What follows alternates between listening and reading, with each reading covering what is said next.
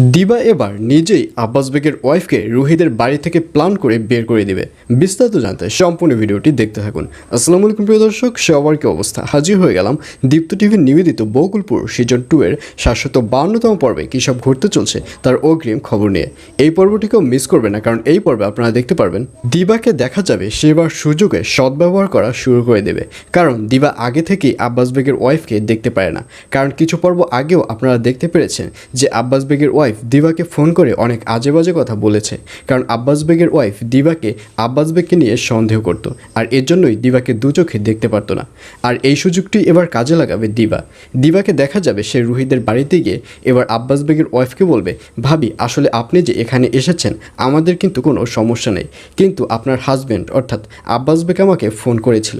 সে আমাকে ফোন করে বলেছে আপনি যদি 7 দিনের মধ্যে এই বাড়ি থেকে তার কাছে না যান তাহলে সে আপনাকে তালাক দেবে। সুতরাং আমরা না চাইতেও আপনাকে এই বাড়ি থেকে বের করে দিতে হচ্ছে।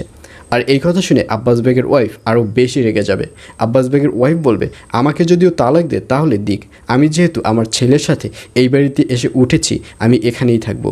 ও যদি সোলেমান মিদার সাথে মিশে তাহলে আমি কিছুতেই ওর বাড়িতে যাব না। এইসব বলে আব্বাস বেগের ওয়াইফকে দেখা যাবে সে এবার রুহিদের বাড়িতে থাকা শুরু করে দেবে। আর অন্যদিকে খলিলকে দেখা যাবে সে আবারও রসুলপুরের মাটিতে পদার্পণ করবে। আসলে এতদিন খলিল নাকি তার মার চিকিৎসার জন্য বাইরে ছিল, এবং এক পর্যায়ে খলিল যখন দেশে আসবে তখন খলিলের সাথে নিগারের দেখা হয়ে যাবে। তখন খলিল বলবে, আসলে তুমি যে তোমার চায়ের দোকান লীলাবতীকে দিয়ে উদ্বোধন করেছো, ব্যাপারটি কি তুমি ঠিক করেছো? আর এই কথা শুনে নিগার বলবে, হ্যাঁ আমি অবশ্যই ঠিক করেছি। তখন খলিল বলবে, চায়ের দোকানটি তো আমাকে দিয়ে উদ্বোধন করার কথা ছিল, কিন্তু সে কথা তুমি কেন রাখনি? তখন নিগার বলবে, আপনিও কিন্তু আমার অনেক কথা রাখেননি।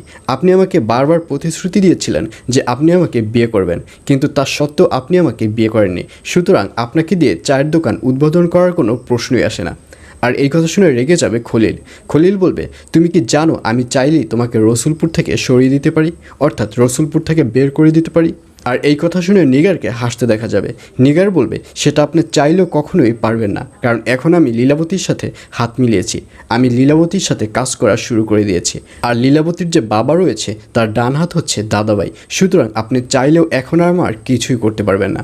এই বলে নিগারকে দেখা যাবে সে খলিলের কাছ থেকে চলে যাবে, এবং নিগার এবার চূড়ান্ত সিদ্ধান্ত নেবে। নিগার এবার সিদ্ধান্ত নেবে সে আর কখনোই কিছুতেই খলিলকে বিয়ে করবে না। আর এছাড়াও থাকবে আশ্চর্য সকল ঘটনা। সুতরাং সবাইকে বকুলপুর সিজন 2 এর আগামী পর্ব দেখার আমন্ত্রণ রইল।